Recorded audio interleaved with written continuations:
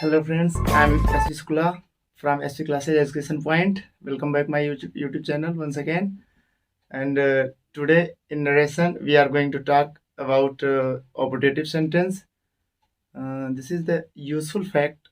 This is the useful sentence in narration.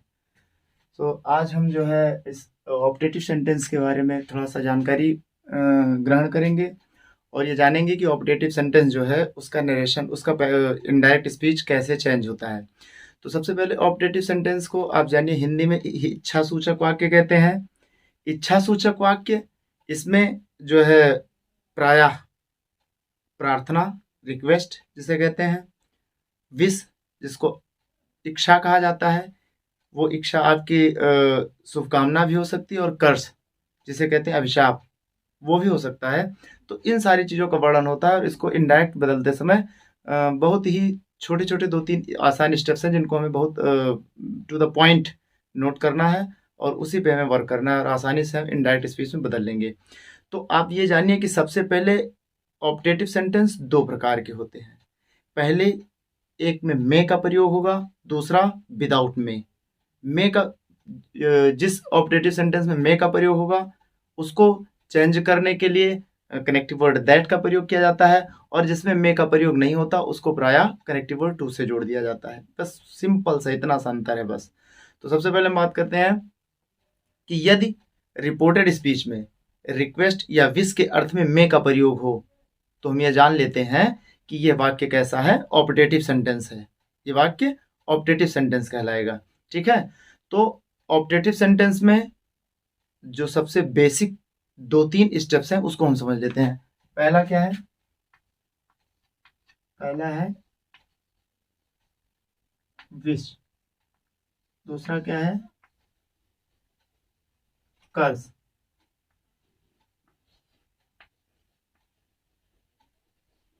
Pray. Wish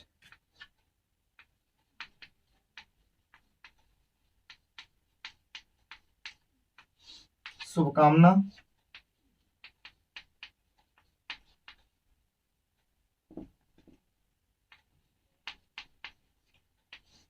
अभिशाप,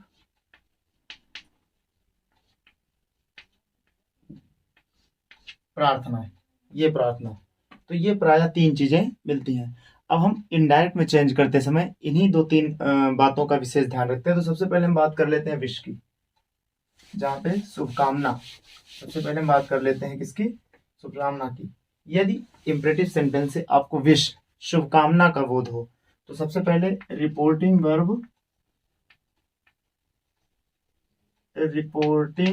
verb said या said to को wished में बदल देते हैं। किस में बदल देते हैं? विश्ड में बदल देंगे। रिपोर्टिंग वर्ब सेड या सेड टू को हम किस में बदल देंगे? इन दोनों को हम जब चेंज करेंगे तो किस में बदल देंगे? विश्ड में बदल देंगे। यदि वाक्य में शुभकामना का बोध हो तो रिपोर्टिंग वर्ब सेड या सेड टू को विश्ड में बदल देंगे। दूसरा स्टेप क्या है?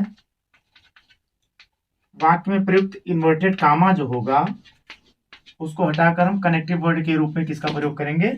दैट का प्रयोग करेंगे। रिपोर्टिंग वर्ब सेड या सेड टू को विश्ड में बदल देंगे, इन्वर्टेड कामा हटाएंगे तो दैट का प्रयोग करेंगे। तीसरा स्टेप देखते हैं। जो वाक्य में प्रयुक्त में है इसको हम माइट में बदल देते हैं। किस में बदल देंगे? माइट में बदल देंगे। लेकिन जो सबसे बेसिक पॉइंट है उसका हम विशेष ध्यान देंगे कि जो इम्परेटिव सेंटेंस है जब वो नरेशन में चेंज होगा, जब वो इम्परेटिव सेंटेंस इनडायरेक्ट में चेंज होगा तो वो इम्परेटिव ना होकर के असर्टिव हो जाएगा। अर्थात पहले में फिर सब्जेक्ट आपको डायरेक्ट इनडायरेक्ट स्पीच के रिपोर्टेड स्पीच में मिलेगा। तो जब हम इसको इनडायरेक्ट में बदलेंगे तो सबसे पहले क्या करेंगे? सब्जेक्ट, उसके बाद में का माइट। बस इतना सा ध्यान देना है आपको, बस आसानी से। तो एक एग्जांपल देख लेते हैं।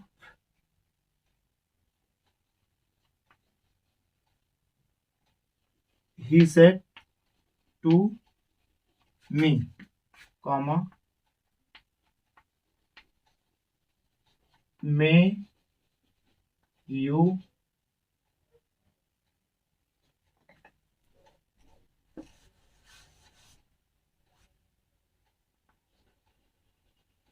हैव अ हैप्पी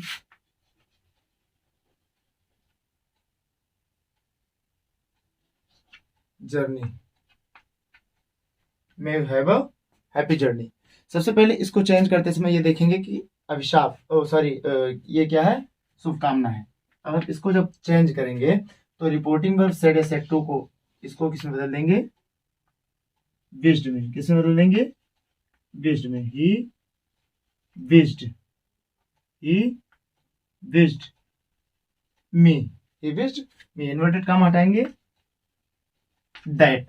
अब इसी चीज पर विशेष ध्यान देना, बाकी आगे कुछ नहीं करना है। ये मे प्लस सब्जेक्ट है, इंपरेटिव सेंटेंस है। क्या है, इंपरेटिव सेंटेंस है।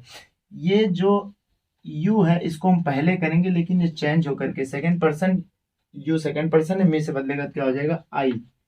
दैट आई मे का क्या हो जाएगा, माइट हैव अ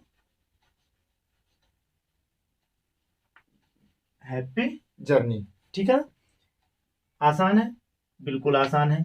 आपको ये हैव का हेड नहीं करना है। क्यों नहीं करना है, क्योंकि एक बार मे का माइट हो चुका है, अर्थात टेंस बदला जा चुका है, इसलिए हैव नहीं करना, हेड नहीं करना है। बाकी आप reporting verb said as it to को विश में बदल देंगे, इन्वर्टेड कॉमा हटाकर दैट का प्रयोग करेंगे, मे को माइट में बदलेंगे, लेकिन पहले हम सब्जेक्ट, पहले पर्सन चेंज करके उसके बाद मे को माइट में बदल देंगे। इस प्रकार से हमारा रिपोर्टिंग वर्ब, और क्या कहते हैं, ये विश हो गया, शुभकामना हो गया।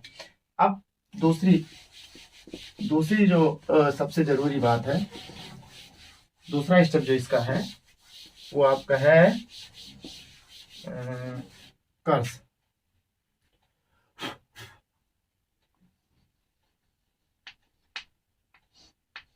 यदि वाक्य में कर्ज अभिशाप का बोध हो तो सेम कंडीशन, रिपोर्टिंग वर्ब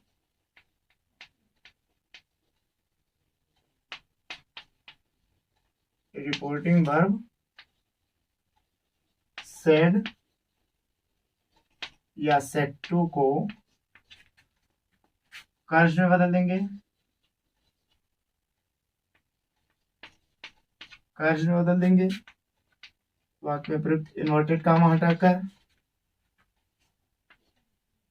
वाक्य में प्रयुक्त इन्वर्टेड कामा हटाकर दैट का प्रयोग करेंगे। तीसरा step,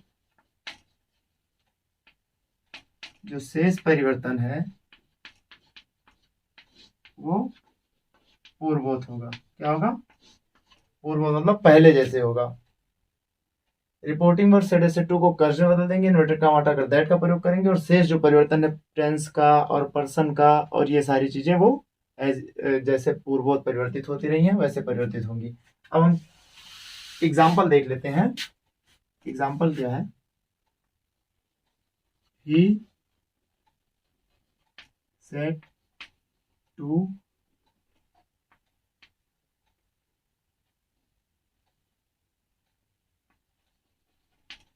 him, may you all go to hell, may you all go to hell, तुम सभी नरक को जाओ। अब ये क्या है, ये अभिशाप दिया जा रहा है ना। अब इसको हम क्या करेंगे, he cursed him that, second person him से बदलेगा, चूंकि आल है प्लूरल है इसलिए थर्ड पर्सन का प्लूरल दे हो जाएगा। यहाँ पे they might, they all might go to hell, they all might go to hell, all might go to hell. इस तरह से मे का माइट हो जाएगा और सेम परिवर्तन जैसे होता था पूर्ववत वैसे ये परिवर्तन हो जाएगा। ठीक है, चलिए अब हम अगला जल्दी से बात कर लेते हैं।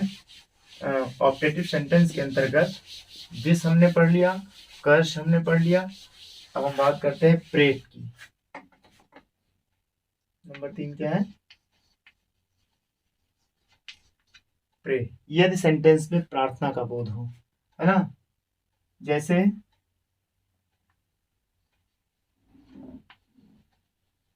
he said to me, may God help you. He said to me, may God help you. इसको हम जब चेंज करेंगे तो जैसे विश को विश्ड में, कर्ज को कर्ज में, उसी तरह से प्रे को प्रेड में। तो ही प्रेड, प्रेड। अब ये ईश्वर से प्रार्थना कर रहा है, इसलिए ऑब्जेक्ट मी नहीं लगाएंगे। He prayed that God might help. ये सेकेंड पर्सन यू है, मी से बदलेगा तो क्या हो जाएगा, मी। ही प्रेड, उसने प्रार्थना की, दैट की गॉड माइट हेल्प मी, ईश्वर मेरी सहायता करे। ये हो गया आपका प्रेड। अच्छा, अगर मान लीजिए कहीं आशीर्वाद दे रहा है जो कि विश के तहत आता है, तो सेट टू को ब्लीस्ड में बदल देंगे। अर्थात यदि ब्लेस, यदि ब्लेस हो तो reporting word said set to को ब्लीस्ड में बदल देंगे। एक एग्जांपल उसका भी देख लीजिए। The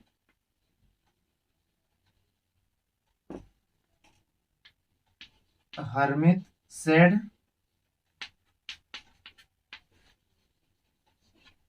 may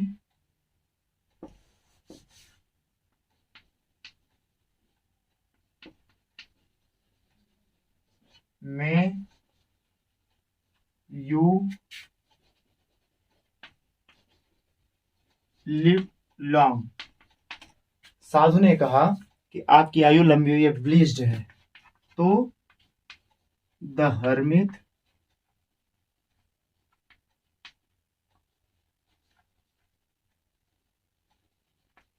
ब्लीस्ड me that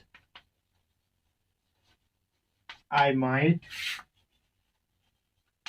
live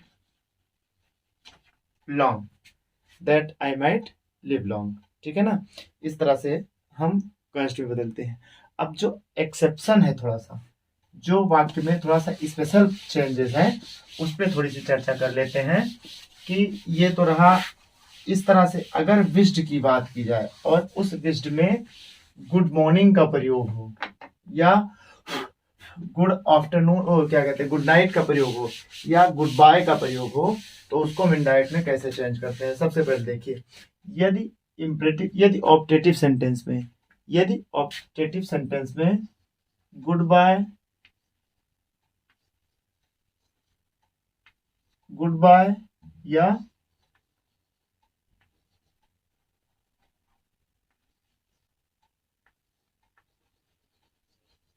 good night का प्रयोग हो, तो इन दोनों शब्दों के लिए हम कभी भी विश्ड का प्रयोग नहीं करते।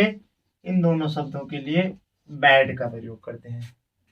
इन दोनों शब्दों के लिए किसका प्रयोग करते हैं, रिपोर्टिंग वर्ब सेड या सेड टू को किस में बदल देंगे, बैड में बदल देंगे।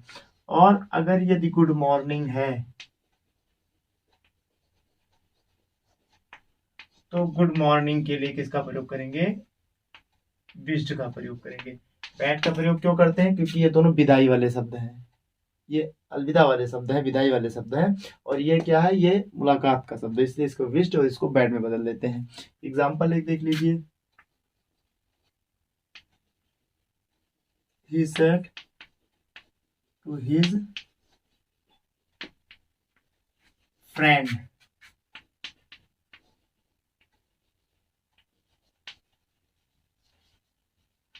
Good night. ये हो जाएगा he bad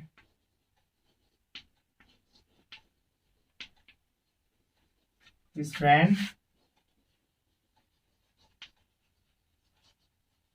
good night. He bade his friend good night. बस इतना सा ऑप्टेटिव सेंटेंस में है। इसको आप थोड़ा सा थोड़ा थोड़ा करके ध्यान से आप इसको अगर पकड़ेंगे तो बहुत आसानी से समझ में आ जाएगा। इस वीडियो में इतना ही, बहुत बहुत धन्यवाद।